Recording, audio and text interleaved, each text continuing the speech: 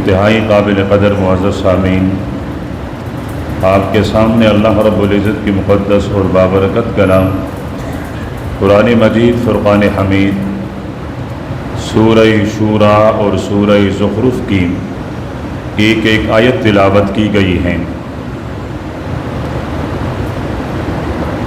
جس میں اللہ پاک نے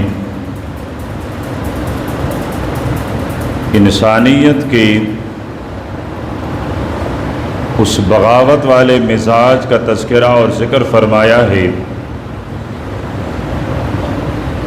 کہ جب انسان اپنی فطرت سے ہٹ کر شیطان کے نقش قدم پر چلتا ہے تو پھر شیطان ہی اس کا قرین اور دوست بنتا ہے اور وہی اس کو وسوسہ ڈالتا ہے، اور یہ شیطان اس انسان کو اپنی راہ پر چلاتا ہے اور یہ گمراہ ہو جاتا ہے۔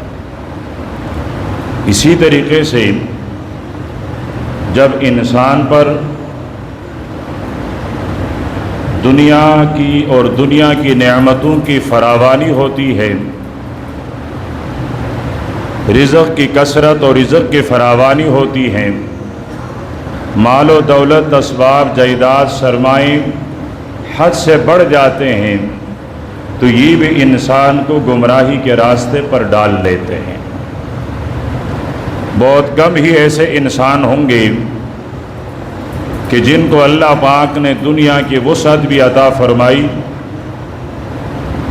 لیکن وہ دنیا کے رنگریلیوں سے متاثر نہیں ہوئے، وہ دنیا کی فراوانی سے متاثر نہیں ہوئے، بلکہ انہوں نے رحمان ذات کے ساتھ اپنے تعلق کو برقرار رکھا، اور جو شریعت اور جو ضابطۂ حیات اللہ کے پیارے پیغمبر نے دیا اسی پر وہ چلتے رہے۔ یہ دونوں آیتیں اس مناسبت سے تلاوت کی گئی ہیں کہ اس مہینے کے اختتام اور اگلے مہینے کی ابتدا میں ہمارا معاشرہ ایک دن مناتا ہے جس کو لیبر ڈے یا یوم مزدور کا نام دیا جاتا ہے۔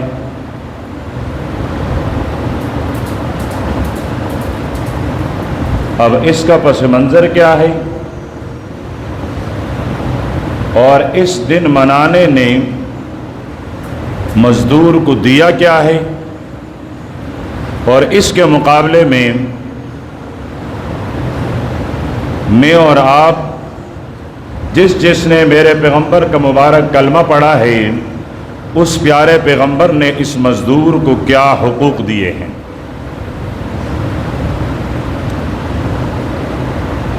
اس دن کا پس منظر تو یہ ہے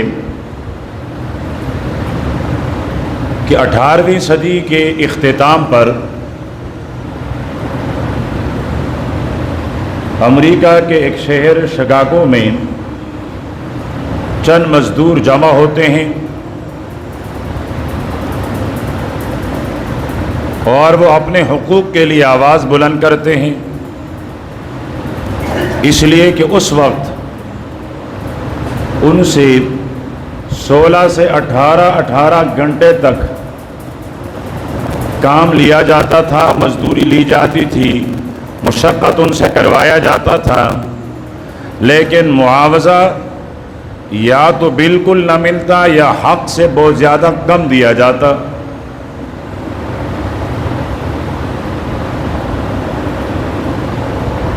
انہوں نے جو بنیادی مطالبہ کیا وہ بنیادی مطالبہ یہ تھا کہ 16 گھنٹے کے بجائے ہماری مزدوری اور ہمارے محنت اور مشقت کا دورانیہ وہ 8 گھنٹے رکھا جائے۔ اس کے لیے احتجاجات ہوئے، اس کے لیے ہڑتالیں ہوئیں، اس میں لوگ مارے گئے، بہت سارے مزدور وہ اپنی زندگی سے ہاتھ دھو بیٹھے۔ میں قصداً شکاگو کے ان مرنے والے مزدوروں کے لیے شہید کا لفظ استعمال نہیں کروں گا، اس لیے کہ لفظ شہید یہ انتہائی بابرکت اور انتہائی عظمت والا لفظ ہیں، یہ اسی کے لیے استعمال ہوگا جس کے لیے میرے آقا کے شریعت نے استعمال کیا ہے۔ ہاں میں ضرور کہوں گا کہ وہ بے گناہ مزدور بے گناہ مارے گئے، ان کا کوئی قصور نہیں تھا، بے قصور مارے گئے۔ پھر ان کے اس احتجاج میں اسی 18ویں صدی کے آخری دہائی میں ان کے لیے 1 مئی کا یہ دن ان کے حقوق کے مطالبات کے طور پر منایا جانے لگا۔ ہمارے ہاں ہندوستان میں 19ویں صدی کے آغاز میں تقریباً 1923 یا 22 میں یہاں یوم مزدور 1 مئی کے طور پر پھر منایا جانے لگا، اور باقی دنیا میں 1890 سے لے کر 1893 تک ان سالوں میں یہ دن منایا جاتا تھا۔ اور اس دن میں وہی طبقہ جو مزدور کا استحصال کرتا ہے، جو مزدور پر ظلم کرتا ہے، جو مزدور کے حقوق کے حق تلفی کرتا ہے، وہ ایک جذباتی بیان دیتا ہے، وہ ایک جذباتی پیغام دیتا ہے، وہ ایک جذباتی تقریر کرتا ہے، اور مزدور اس دن بھی اپنی مزدوری پر ہوتا ہے، اور وہ اپنے گھر کے چولہے کو برقرار رکھنے کے لیے اس دن بھی اپنی مشقت میں مصروف اور مشغول ہوتا ہے۔ دوسری بات کہ مزدور کی تعریف کیا ہے، مزدور کس کو کہتے ہیں؟ اللہ پاک روڑہ رحمت نازل فرمائیں امام الہند امام شاہ ولی اللہ رحمۃ اللہ علیہ کے مرقد پر۔ امام شاہ ولی اللہ رحمۃ اللہ علیہ فرماتے ہیں کہ انسانیت کی فطرت یہ ہے کہ یہاں کوئی بھی انسان معاشرے سے الگ تلگ ہو کر زندگی گزار نہیں سکتا۔ ایک آدمی اپنے گھر میں بیٹھے اور یہ کہیں کہ مجھے اپنی زندگی گزارنے کے لیے کسی کی ضرورت نہیں ہے، تو اس طرح یہ زندگی نہیں گزار سکتا ہے۔ یہ اپنے زندگی گزارنے میں اگر مالدار ہیں، سرمایہ دار ہیں، جاگیردار ہیں، تو تب بھی یہ غریب کا محتاج ہیں، اور اگر یہ انسان غریب ہے تو یہ سرمایہ دار کا محتاج ہے۔ یہ فطرت کا تقاضا ہے۔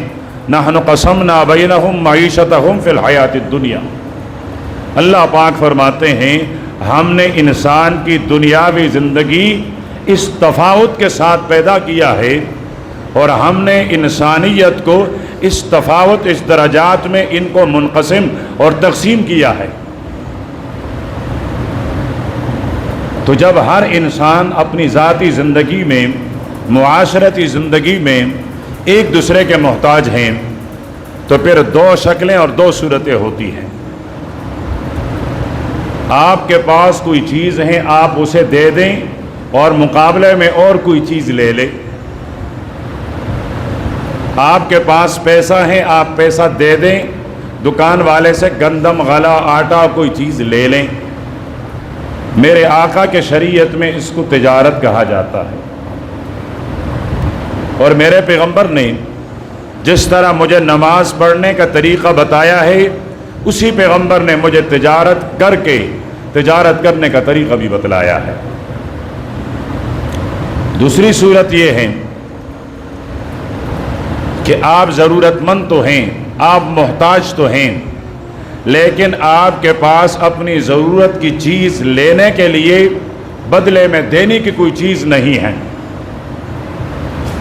آپ بھوکے ہیں، آپ کو روٹی کی ضرورت ہے، لیکن آپ کے پاس پیسہ نہیں ہے کہ آپ روٹی خرید سکیں۔ اب اس کی صورت یہ ہے کہ جن کے پاس روٹی ہے، جن کے پاس سرمایہ ہے، آپ ان کی خدمت کریں گے اور وہ اس خدمت کے بدلے میں آپ کو کچھ دے گا۔ اس کو اجرت کہا جاتا ہے، اس کو مزدوری کہا جاتا ہے۔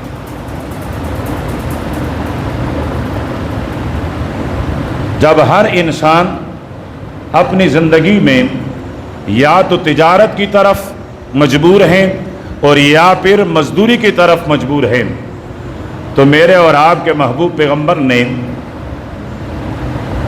پھر مزدور کو مزدوری کرنے کے آداب بتلائے، مزدور سے مزدوری لینے، مشقت لینے والے کو اس کے آداب بتلائے۔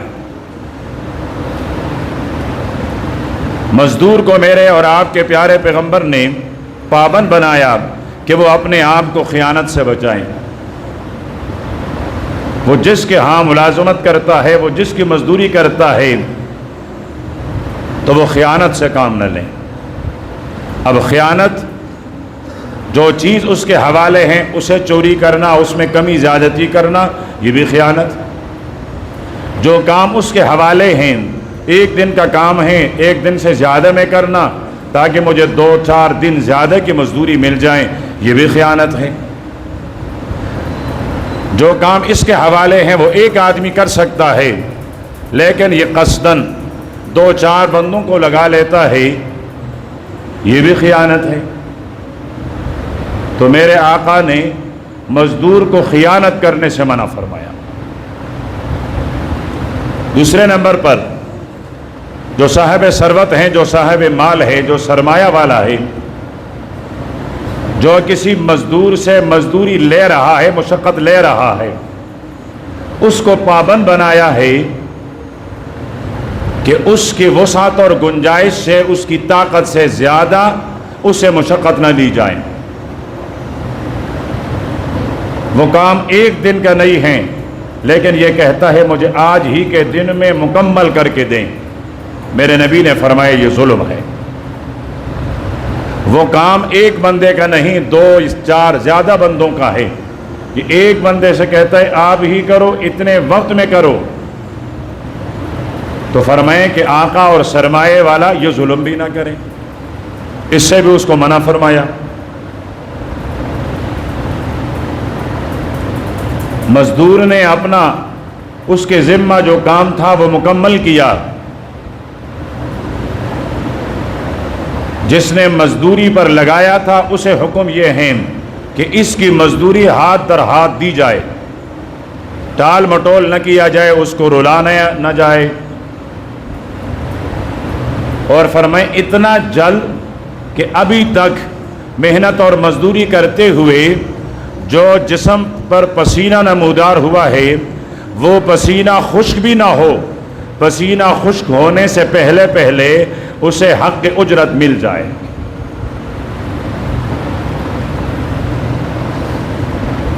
پھر اللہ کے پیارے پیغمبر نے یہ بھی بتلایا کہ مزدوری کرنا یہ کوئی عیب والی بات بھی نہیں ہے، یہ کوئی کمتر ہونے کی نشانی بھی نہیں ہے۔ مزدور کو حقارت کی نگاہوں سے بھی نہ دیکھا جائے۔ اللہ کے پیارے پیغمبر نے ارشاد فرمایا ما من نبی، سیدنا آدم علیہ السلام سے لے کر میرے حبیب سمیت فرمایا کوئی بھی پیغمبر ایسا نہیں ہے جس نے بکریاں نہ چرائی ہو۔ اب مزدوری مشقت والے کاموں میں سب سے زیادہ 2 کام بہت زیادہ مشکل ہے۔ ایک کام حیوانات میں بکریاں چرانا اور انسانیت میں انسانوں کو چرانا، یہ بہت مشکل کام ہے۔ اس لیے اللہ پاک نے اپنے انبیاء کی جو تربیت فرمائی کہ انسانوں کو کس طرح چلایا جاتا ہے، اس کے لیے اللہ نے اپنے نبیوں سے بکریاں چروائی۔ اور اللہ کے نبی نے فرمایا کوئی بھی پیغمبر، کوئی بھی نبی ایسا نہیں گزرا جس نے بکریاں نہ چرائی ہو۔ صحابی کو تعجب ہوا، عرض کرنے لگے اللہ کے حبیب ہل انت، کیا آپ نے بھی بکریاں چرائی؟ فرمایا ہاں میں نے بھی بکریاں چرائی۔ فرمایا مکے والے زندگی میں میں نے ایک قبیلے کی بکریاں چرائی، اور فرمایا اس کے بدلے میں مجھے کچھ قیرات ملے، کچھ قیرات یعنی روپے کے جو ٹوٹے ہوئے حصے ہیں، اب تو نہیں ہیں، کسی زمانے میں جس طرح 5 پیسے ہوا کرتے تھے، 10 پیسے ہوا کرتے تھے، چونی ہوا کرتی تھی، 8 آنے ہوا کرتے تھے. تو قیرات چونکہ وہ سونے کے حساب سے ہوتا ہے، اب سناری سمجھے گا، باقی تو سمجھ میں آنا مشکل ہے. یعنی اللہ کے پیارے پیغمبر کے بتانے کا مقصد کہ میں نے چند ٹکوں کے عوض، معمولی مزدوری کے عوض میں نے بکریاں چرائی ہے. اور کہاں چرائی ہیں؟ اللہ پاک مجھ سمیت ہر مسلمان کو بار بار حرمین کی زیارت کروائیں. تو جیسے ہم حرم سے نکلتے ہیں تو نکلتے ہوئے بائیں ہاتھ پر ایک پہاڑی ہے، اگرچہ وہ پہاڑی نہیں رہی، جبل عمر کے نام سے. اللہ کے پیارے پیغمبر نے اس پہاڑی میں بکریاں چرائی ہیں. اللہ کے انبیاء میں سے ایک نبی ہیں حضرت داؤد علیہ السلام، اور یہ والد بھی نبی، بیٹا بھی نبی. یہ والد بھی بادشاہ، بیٹا بھی بادشاہ، جس کو اللہ پاک نے نبوت کے ساتھ ساتھ بادشاہت بھی عطا فرمائی. اور بنی اسرائیل کو اللہ پاک نے یہ احسان جتلایا کہ میں نے تمہارے درمیان ملوک بھی پیدا کیے، انبیاء بھی پیدا کیے. تو حضرت داؤد علیہ السلام پیغمبر ہو کر اور پیغمبر ہونے کے ساتھ بادشاہ ہو کر مزدوری کیا کرتے تھے. پیغمبر بھی ہیں اور پیغمبر ہونے کے ساتھ بادشاہ بھی ہیں. اور وہ بادشاہ مزدوری کرتا ہے.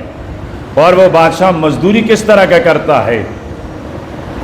لوہے کے کڑے، لوہے کے چیزیں، آپ خود سمجھے لوہے کا کام لوہار سے دیکھیں کتنا مشکل ہوتا ہے. تو اللہ کا نبی اور بادشاہ اتنا مشکل کام خود کرتا ہے. خزانہ موجود ہیں لیکن اس خزانے سے نہ خود پلے نہ اپنے اولاد کو پالا، بلکہ اپنی مزدوری سے جو کچھ اس سے ملتا تھا اس سے خود بھی پلے، اس سے اپنے اولاد کو بھی پالا. اور حضرت سلیمان علیہ السلام اس وقت خلیفہ تھے. تو حضرت سلیمان علیہ السلام بھی مزدوری کیا کرتے تھے والد کے ساتھ. اور میرے پیغمبر بکریاں چلائے. میرے پیغمبر کا پہلا خلیفہ حضرت ابو بکر، اس پیغمبر کے پہلے خلیفے نے بھی مزدوری کی. اب مزدور ہونا اگر عیب کی بات ہوتی تو وہ پیغمبر جو بادشاہ ہو کر کبھی مزدوری نہ کرتا، اور میرے پیغمبر امام الانبیاء ہو کر کبھی مزدوری نہ کرتے. تو میرے جو دوست مزدور ہیں وہ اپنے مزدور ہونے پر فخر کریں، احساس کمتری کا شکار نہ ہوں، لیکن یہ مزدوری دیانت کے ساتھ کریں. اور دیانت کے ساتھ مزدوری کرنے کے جو برکات ہیں وہ تو بہت زیادہ ہیں. سب سے بڑی برکت یہ ہے کہ آپ کی اولاد نیک اور صالح ہوگی. آپ اگر مزدوری کریں گے اور وہ مزدوری دیانت کے ساتھ کریں گے، آپ کے اولاد صلحاء نیک لوگ ہوں گے. آپ مزدوری کریں، دیانت سے کریں، آپ کے اولاد باغی ہو جائیں کبھی نہیں ہو سکتا. دیکھا نہیں گیا ہے کہ کوئی آدمی دیانت کے ساتھ مزدوری کرے اور اولاد پھر بھی باغی اور نافرمان ہو جائے. دوسری برکت، جو آدمی دیانت کے ساتھ مزدوری کریں اللہ پاک ان کی نسلوں میں رزق کی فراوانی کر لیتا ہے. لیکن شرط دیانت ہے کہ اگر جس مزدور نے دیانت کے ساتھ مزدوری کی، خیانت سے اپنے آپ کو بچایا، جھوٹ دھوکے فریب سے اپنے آپ کو بچایا، اللہ پاک ان کی اولاد کی رزق میں ایسی وسعت فرمائیں گے کہ اولاد حیران ہوگی کہ ہم کہاں سے کھا رہے ہیں. تو حضرت ابو ہریرہ رضی اللہ تعالیٰ عنہ میرے پیغمبر کے صحابی فرمائے اللہ کے پیارے پیغمبر نے خود بکریاں چرائی، اور وہ بکریاں بھی چند قیرات کے چند ٹکوں کے عوض میں.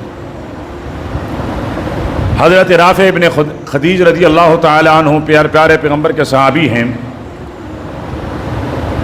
اور میں اللہ کے پیارے پیغمبر سے سوال کیا گیا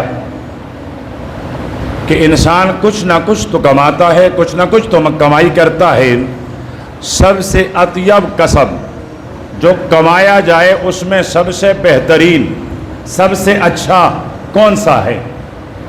تو اللہ کے پیارے پیغمبر نے ارشاد فرمایا عمل الرجل بیدہ، فرمایا جب انسان اپنے ہاتھ سے مزدوری کر کے کچھ کماتا ہے، فرمایا یہ اس کے کسب میں سب سے زیادہ بہترین ہے، یہ سب سے زیادہ اطیب طیب پاکیزہ ہے۔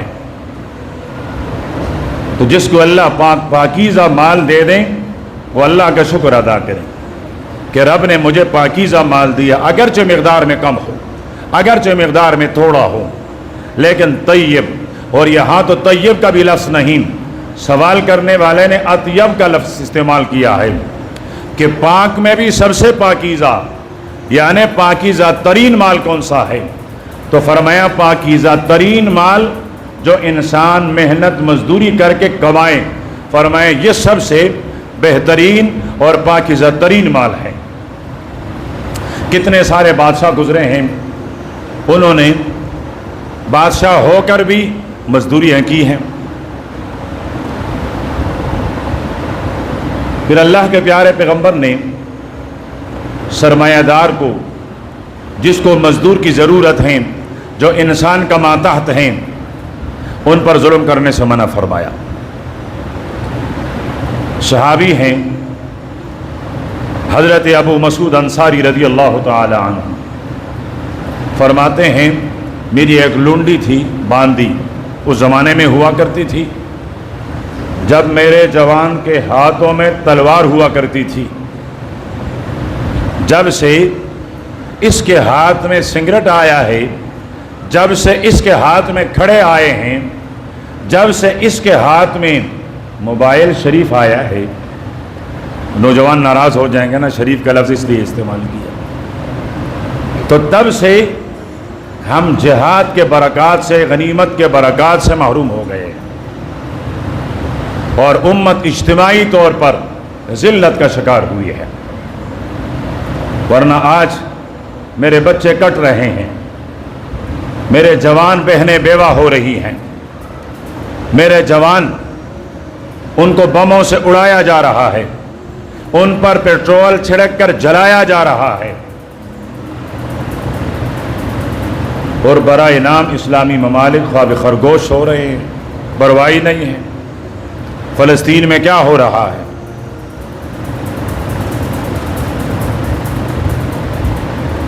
اللہ پاک کے قانون میں نہیں، میرے پیغمبر کے قانون میں نہیں، انگریز کے قانون میں بھی بچوں کا قتل جنگ کے دوران یہ جنگی جرم ہے۔ اللہ کے ہاں تو ہے ہی جرم، میرے پیغمبر کے شریعت میں تو ہے ہی جرم، لیکن جو بچوں کو قتل کرتے ہیں ان کے آئین میں، ان کے دستور میں، ان کے قانون میں یہ جنگی جرم ہیں کہ نہ تو ضعیف کو قتل کیا جائے گا، بوڑھے کو، نہ بچے کو، نہ خاتون کو۔ تو کیا فلسطین میں ان سب کی رعایت رکھی جا رہی ہے؟ یہاں تک کہ زخمیوں کو اسپتال تک جانے نہیں دیا جاتا ہے، ان کے اسپتالوں کو مسمار کر دیا گیا، ختم کر دیا گیا، تاکہ ان کا زخمی اسپتال میں جا کر علاج نہ کر سکیں۔ اور یہ سب کچھ کیوں ہوا؟ جب میرے ہاتھ سے تلوار وہ گر گئی، جب میرے ہاتھ سے تلوار چلی گئی تو یہ سب کچھ میرے اور آپ کے اوپر مسلط ہو گیا۔ تو حضرت ابو مسعود انصاری رضی اللہ تعالیٰ عنہ فرماتے ہیں میری باندی تھی، وہ بکریاں چرا رہی تھی، خاتون ہیں، غافل ہو گئی، اتنے میں بیڑیا آیا، بیڑیا شرمخ، وہ آیا اور اس نے ایک بکری کو اٹھایا، تو میں نے جا کر اس کو ایک زوردار تپڑ رسید کیا کہ تم یہاں غفلت کر رہی ہو، بے پرواہ ہو رہی ہو، اور وہاں دیکھو بیڑیا نے بکرا اٹھا کر وہ چلا گیا۔ فرمایا میں نے جیسے ہی تپڑ رسید کیا کسی کی آواز آئی، اتنا ظلم کرو کہ کل برداشت کر سکو۔ اللہ نے جن کو آپ کے زیر دست آپ کے ماتحت بنایا ہے، فرمائے ان کو سزا اتنی دو جتنی تم خود برداشت کر سکو۔ فرمایا میں نے پلٹ کر دیکھا، یہ آواز کسی اور کی نہیں، یہ آواز دونوں جہانوں کے محبوب پیغمبر میرے اور آپ کے دل بھر کی تھی۔ اور پھر قریب آ کر مجھے ڈانٹا کہ آپ نے اس باندی کو اس زور سے تماچا کیوں رسید کیا، تپڑ کیوں ماری؟ میں نے عرض کیا اللہ کے حبیب یہ بے پرواہ ہو گئی، بکری چلی گئی۔ تو میرے پیغمبر نے اپنے ایک صحابی کو جب کہ دیکھا جائے تو سزا دینا حق بنتا تھا کہ آپ کے لاپرواہی کی وجہ سے میرا نقصان ہو رہا ہے، لیکن اس کے باوجود بھی میرے پیغمبر نے اس صحابی کو ڈانٹا کہ آپ کو یہ نہیں کرنا چاہیے تھا۔ حضرت ابو ذر رضی اللہ تعالیٰ عنہ کو کسی نے دیکھا، ان کے پاس بہت عمدہ چادر تھی، وہ چادر اڑے ہوئے تھے۔ پھر دیکھا ان کے پیچھے پیچھے ان کا غلام آ رہا تھا، ان کا نوکر آ رہا تھا، اسی طرح کا قیمتی چادر اس نے بھی اڑ رکھا تھا۔ پوچھنے والے نے پوچھا ابو ذر یہ بھی تو ہو سکتا تھا آپ یہ دونوں چادر لیتے، ایک کو قمیص کے طور پر استعمال کرتے اور ایک کو وہ ازار کے طور پر استعمال کرتے، اس لیے کہ یہ کپڑا یہ چادر تو بہت قیمتی ہیں، یہ آپ کے ساتھ مناسب لگتا ہے، اور یہ تو خادم ہیں، غلام ہیں، نوکر ہیں، اس کو کوئی معمولی لباس دے دیتے۔ حضرت ابو ذر رضی اللہ تعالیٰ عنہ فرمانے لگے تم نے تو سوال ایسا کیا کہ میرا کلیجہ پھٹنے کو ہے۔ آپ نے مجھ سے ایسا سوال کیا، کیا آپ نے میرے پیارے پیغمبر کا یہ ارشاد نہیں سنا کہ میرے پیغمبر نے ارشاد فرمایا جو تم کھاؤ وہ اپنے ماتحتوں کو کھلاؤ، جو تم پہنو وہ اپنے ماتحتوں کو بھی پہناؤ۔ فرمایا میرے آقا کہ یہ حدیث، میرے آقا کا یہ فرمان اور ارشاد کیا آپ کی کانوں سے نہیں ٹکرائی؟ اس کے رخسار پر آنکھوں کی لڑی بن گئی کہ سنا تو میں نے بھی تھا۔ اللہ کے پیارے پیغمبر کی یہ بات، یہ ارشاد، یہ تو میرے کانوں سے بھی ٹکرائی تھی، لیکن ابو ذر آپ نے تو وہ منظر یاد دلایا جس منظر میں بیٹھ کر میں نے اپنے آقا سے یہ حدیث، یہ فرمان سن رکھی تھی۔ فرمایا اس لیے جو میں پہنتا ہوں وہ اپنے غلام اور خادم اور نوکر کو بھی پہناتا ہوں، اور جو میں کہتا ہوں وہ اپنے نوکر اور خادم کو بھی کہلاتا ہوں۔ اور یہی حالت حضرت عبداللہ ابن عمر رضی اللہ تعالی عنہما کی بھی تھی کہ جو لباس ان کے جسم پر ہوتا تھا وہ ان کے خادم کے جسم پر بھی ہوتا تھا، اور ان کو اپنے خادم کو اپنے ساتھ بٹھا کر جو خود کھاتے وہ ان کو بھی کھلاتے تھے۔ اور یہی حضرت عبداللہ ابن عمر ہیں، چھوٹے بچے ہیں، اس لیے کہ کاشان نبوت میں اس کا آنا جانا بہت کثرت کے ساتھ ہیں کہ ان کی بہن حضرت حفصہ میری اور آپ کی کل کائنات کی ماں ہیں۔ فرمایا میں پیارے پیغمبر کے ساتھ کھانا کھا رہا تھا اور میرا ہاتھ وہ پلیٹ میں چکر لگا رہا تھا، گھوم رہا تھا، تو اللہ کے پیارے پیغمبر نے مجھ سے فرمایا یا غلام، اے بیٹے، پہلی بات تو یہ ہے کہ کل بیمینک، جب بھی کھاؤ تو دائیں ہاتھ سے کھاؤ، جب بھی کھاؤ تو دائیں ہاتھ سے کھاؤ۔ ہمارا آج کل ایک فیشن بن چکا ہے، پانی پیئیں گی تو بائیں ہاتھ سے، چائے نوش کریں گی تو بائیں ہاتھ سے، یہ ایک فیشن بن چکا ہے، یعنی جو کھانے پینے میں بائیں ہاتھ استعمال کرے گا لوگ کہیں گے یہ تہذیب یافتہ آدمی ہے، بڑا آدمی ہے، جبکہ میرے نبی نے فرمایا تہذیب یافتہ وہ ہیں جو کھانے پینے کے لیے دائیں ہاتھ استعمال کریں۔ تو یہ میرا اور آپ کا فیشن نہیں، یہ غیر مسلم کا فیشن ہو سکتا ہے، تو ہمیشہ یہ خیال کریں کہ کھانے پینے میں دائیں ہاتھ۔